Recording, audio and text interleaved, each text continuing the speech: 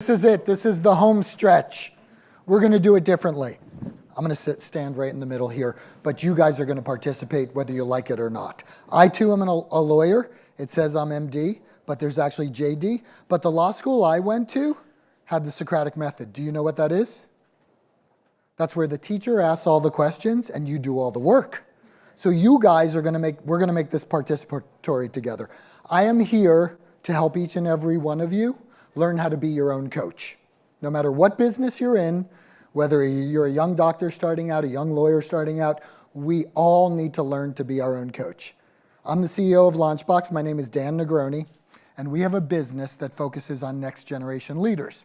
And the coolest thing I was telling Adam about this conference is you are the next generation leaderships. You get to create who and what you are. And so I want to see how you can create it. And today, hopefully, I want each of you to leave with one tip, which means putting down our devices, looking up from our computers, actually being in the room. And I'm going to give you one tip that's going to change your business, change your life, and change your professional your personal lives or your professional career to create results. One tip, and I promise you it will do it. We've been doing it for lots of different doctors' practices. And so I'm going to start with the story. And here's the story. Do you guys know who Sabrina Fabi is? She was here. She went off to London to give a speech. But she works for a guy who has become our mentor named Mitch Goldman. You guys ever hear of him? I think he's got a pretty good practice. It's a top 10, top 20 cosmetic laser dermatology practice, something you should aspire to. And if you haven't seen that practice or practices like it, you should go take a look at it. Mitch is a buddy of mine. He's an old guy like me. I need my clicker. Okay, we're old guys. And so Mitch, we were riding bikes one day, and Mitch said, I'm really having a problem in my business. I have all these young people that work for me. I have this big business. I've been in big business for 25 years, and I want to create more value in my business. I want to have something I can sell. I want to have something I can give to my partners. I want to create a succession plan for what I've worked so hard to do. And I don't understand all the people that work for me. They're young. They're different. Matter of fact, even with some of my partners, I don't understand them. We have this competition thing. We have all these things going on. And so Mitch said to me, I want you to come in and help me change that. And if you talk to Sabrina or if you talk to Adam, we changed that over a year. How did we change that? We changed that through coaching each and every individual. Mitch said to me, I want to start at the bottom and go to the top. Maybe we started at the top. Anna, who actually did the cleaning, got coached. All the MAs got coached. All the retail people got coached. The front desk, the back of the house got coached. Everyone got coached. All the doctors got coached. And we changed their practice. If you talk to Sabrina, she will tell you that through the coaching of each and every one of them individually, their business has never been doing better, and it's never been more of a joy to come to work. Okay, so how do we do this? That's not how we do it. The green arrow? Okay, I needed a, there we go, the big green arrow. So who was here at the beginning? Did you hear Dr. Diane speaking about millennials? Usually I'm called on to talk about millennials, which is next generation leaders. I'm just going to talk about it for 2 quick slides. Today, 60% of the world's population are under 30. 40% of the workforce is a millennial. A millennial is someone who was born in 1980 through the year 2000, who is 20 years of age through 35. Most of you are those people. In the next 10 years, 3 out of 4 of your workers, or 75% of the employee base, will be millennials. We need to understand them. There's a dramatic shift going on in the workplace. Not only that, this group has $1.5 trillion of retail spending. Guess what? Not only are they your employees, they're going to be your customers. We need to understand them. I love talking about it. I can talk about it all day. I'll just tell you a couple of little statistics that they bounce, as my 24-year-old calls it, relatively quickly if you're not paying attention to their needs. Turnover with millennials is a big, big challenge, okay? A big challenge. But all the myths about them being entitled and not knowing how to work, it's a bunch of crap. There's the first curse word. I curse, I'm sorry. Okay? It's a bunch of crap. Here's the deal. We and you need to learn how to manage them. That's what coaching's about. We're going to change your behavior to affect the results in your business. And that's why it's important to understand millennials, because every time you lose a millennial in a business, an average of $24,000 goes out the door. Whether it's with your customer list, like the last lawyer was talking about, or whether it is reduced productivity because you have to send out interview, send out emails, post, get people in there. Whatever you're losing appointments, they're costing you money. We must figure out what to do with them. Here's what they say about them, and then we'll kind of get off of them. Text messaging, multitasking, advertising leery, attention deficit disorder loving, trend setting, blog reading, information addicted, purpose driven, social media savvy, tech embracing, fast moving, highly ambitious, quick talking, well educated, iPod listening, and have the blushing confidence to understand they're going to go from your front desk to becoming a doctor or an owner in the practice in probably about a month, okay? I say, so what? That's pretty dang good. I want those people working for me. You give me someone who questions authority and has the blushing confidence to want to grow their career and grow my business for me. And that's what we did with Dr. Goldman's business. We gave them the power to sell, to be commissioned, because it was a business. The business of medicine. Very important, taking care of patients, but the business of medicine. And we took those millennials and we grew his business. So we need to understand them. Here's the other thing about you guys who are in that group as well. You're the next generation of leaders. This is what you love. Collaboration, work-life balance, authenticity, challenge, right? Flexibility, purpose. There's nothing wrong with any of that stuff. I'm buying that stuff too. I love it. Love it. We just need to figure out how to coach ourselves to create workplaces that respect that and deliver monetary and personal results from it. And okay, how does that happen? Who's the only person okay, this is where you get to answer the questions now. Who's the only person in the world you can control? Yourself, that's right. My wife's sitting back there. I'd like to say my wife, but after 32 years, I can tell you that doesn't happen, never will happen. It's yourself, right? Yourself, that's all you can. So I am only concerned with moving each and every one of you to be the best when you get back to the office or back to your practice. That's all I'm concerned about. You can coach yourself to be a rock star. Sabrina can tell you, we worked on it. And each person you coach is different. And we're going to kind of meet those people. But first, we're going to talk about the definition of coaching. Coaching is unlocking your full potential, personally or professionally. It's very simple. Who's ever played on a sports team?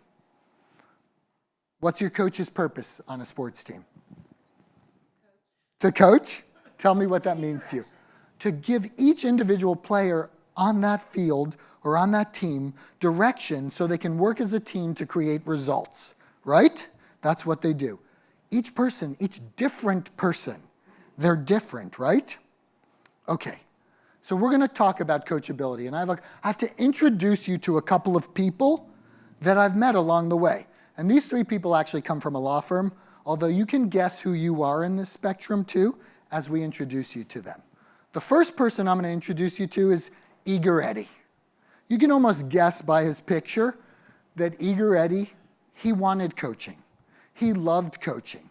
He was a natural networker, good with people, good in front of, speaking. He could get business. That was Eager Eddie, okay? Any of you Eager Eddies? Then we have Reserved Rachel. Reserved Rachel, she knew she needed to build her practice. She knew she needed to get into it and create networking. And she wasn't unpleasant. She was just shy, right? And then we have Tight Tim. You guys know Tight Tim, right? Tight Tim is super technically proficient. The best lawyer or the best doctor you know. Tight Tim can do backflips, right? Just off the floor. Tight Tim's awesome. But Tight Tim is kind of an ass, right? He's tight. Tight Tim actually thought the coaching, when we got to his workplace, was because he did something wrong. And he didn't need that because he was Tight Tim. He could do backflips, right? Which one of these people do you think was the most coachable?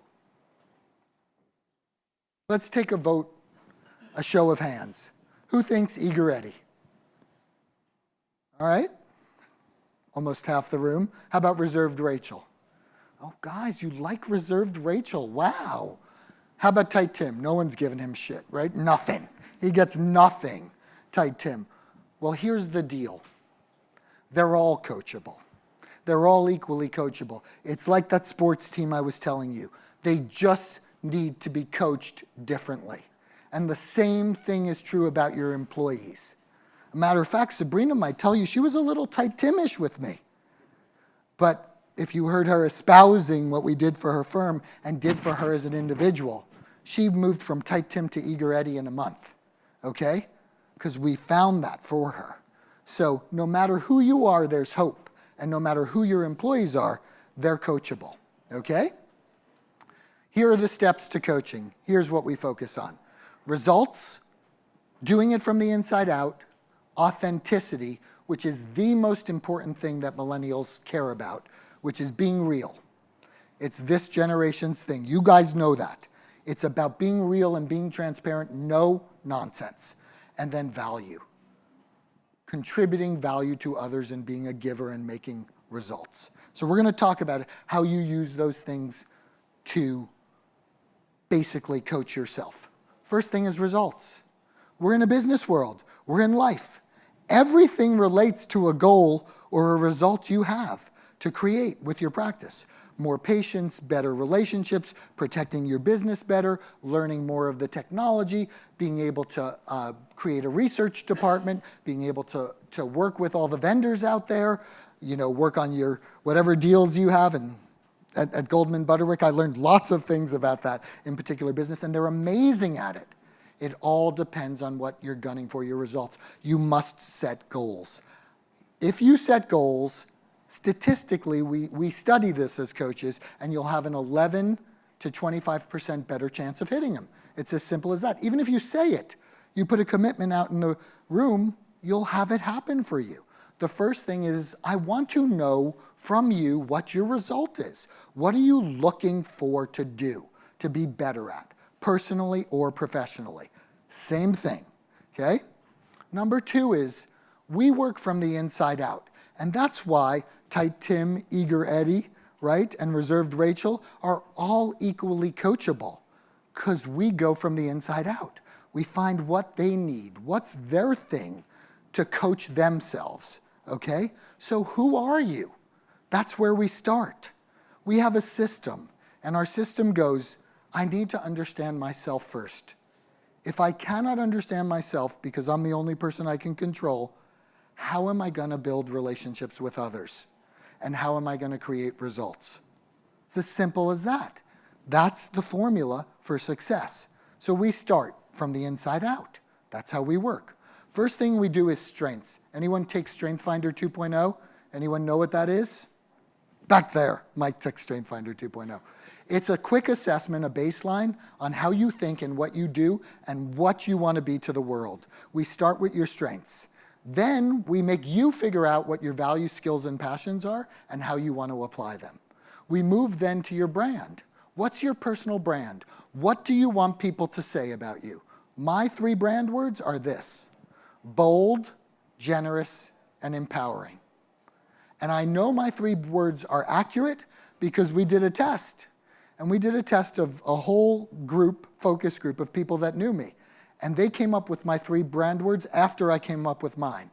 And they were motivating, direct, and giving, right? Bold, empowering, and generous. The world sees me as I want to be seen. How much better does it get than that, okay? You guys need to figure that out for yourselves. And there's simple exercises to do it. And then we figure out from your strengths, your values, your skills, your passions, your brand, what's your story and how do you connect with other people. It's a simple process, but you need to go through it.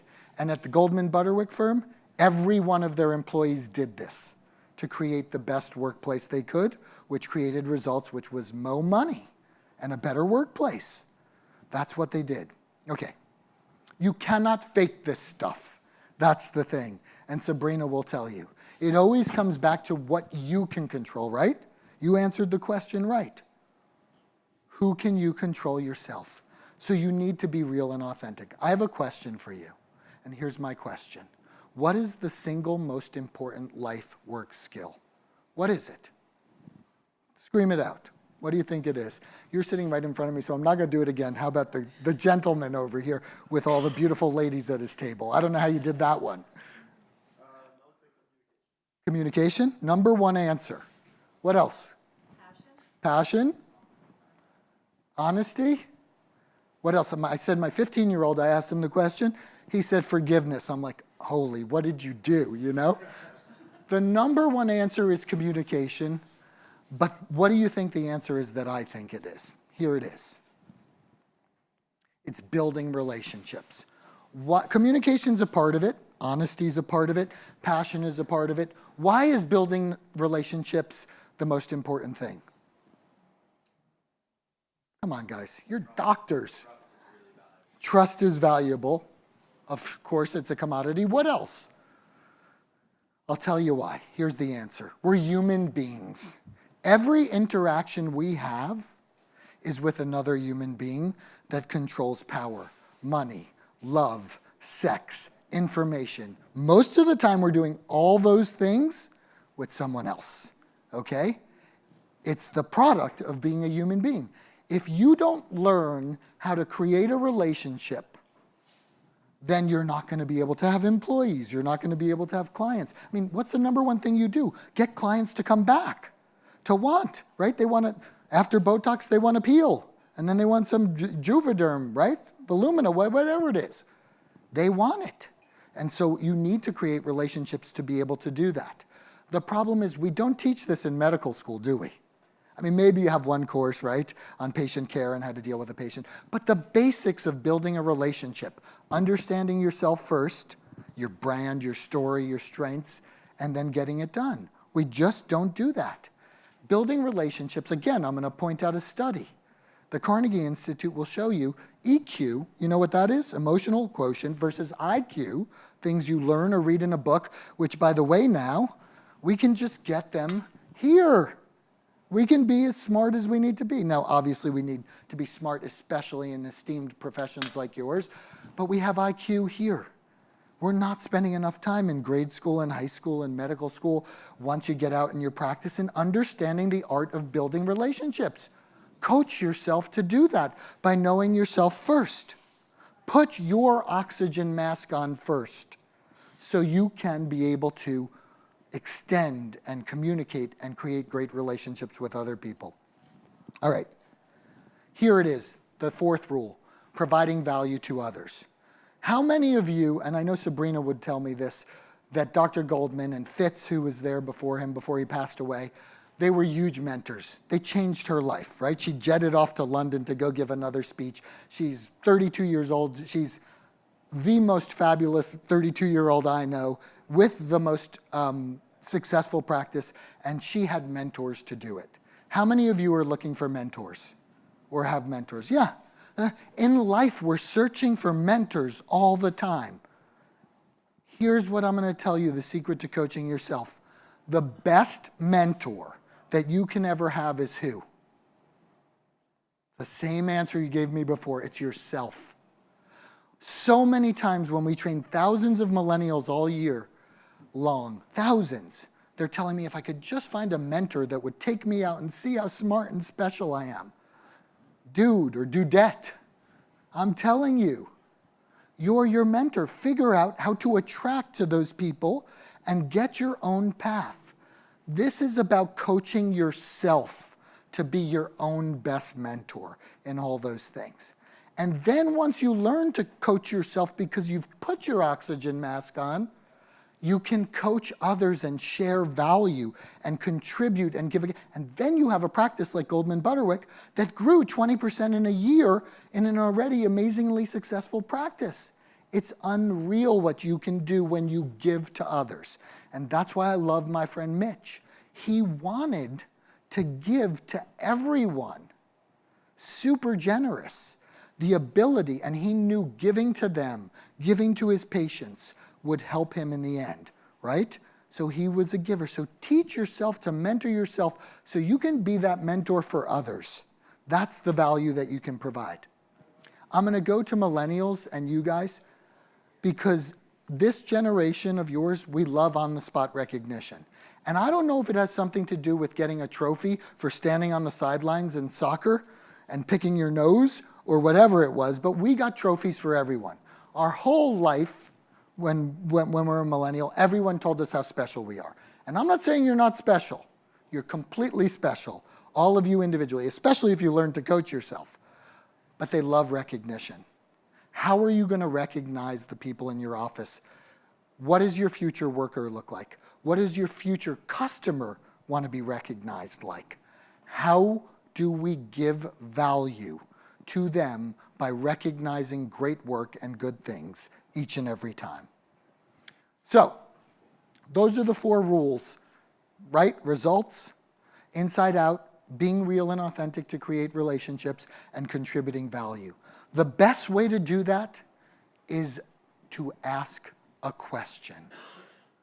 Guys, know why it's so powerful to ask a question? I should have asked the 2 lawyers who were, you go to law school for 3 years just to learn how to ask questions. They all should be amazing salespeople and relationship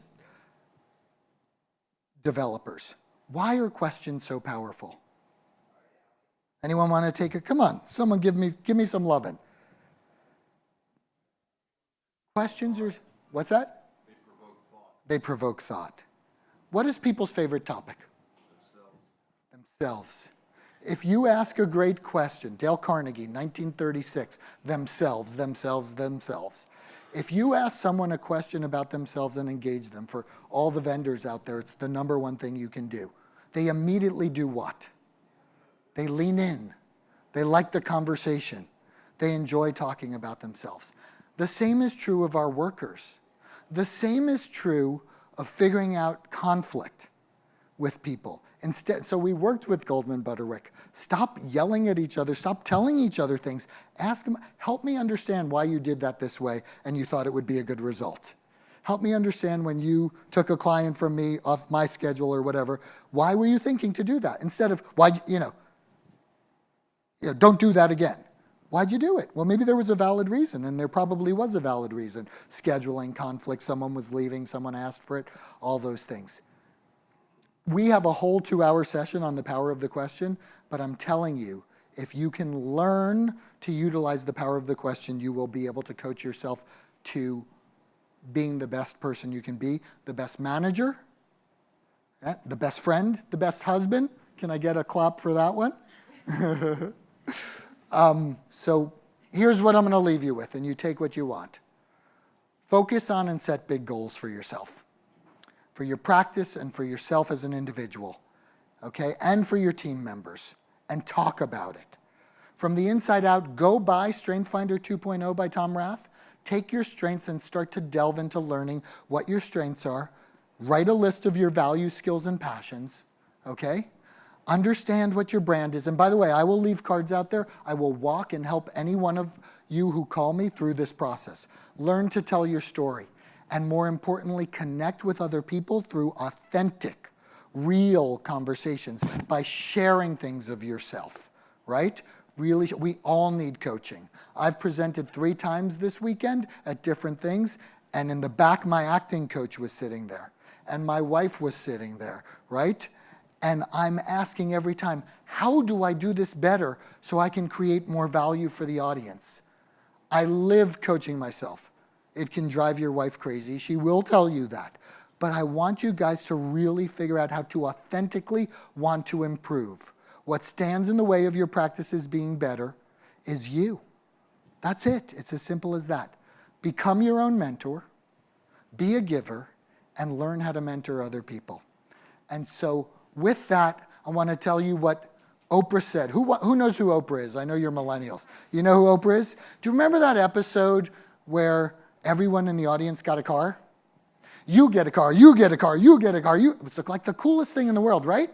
Well, today I'm going to give you a similar gift. You get a coach, and you get a coach, and you get a coach, and you get a coach. It's who you are when you look in the mirror. That's your gift. I'm going to say this as nicely as I can. Go coach yourself. okay? Go coach yourself and figure it out. Thank you for your time, and I hope you enjoyed it.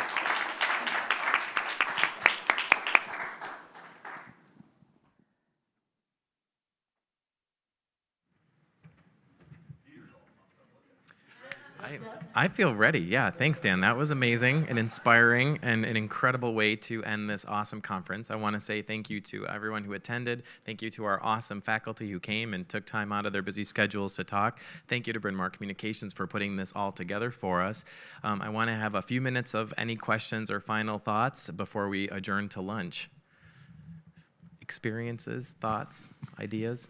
Adam, do you want to say anything? I just want to say a few words. I mean, those that are still here, I want to thank Dan for such a great presentation. We definitely got to move you to the front of the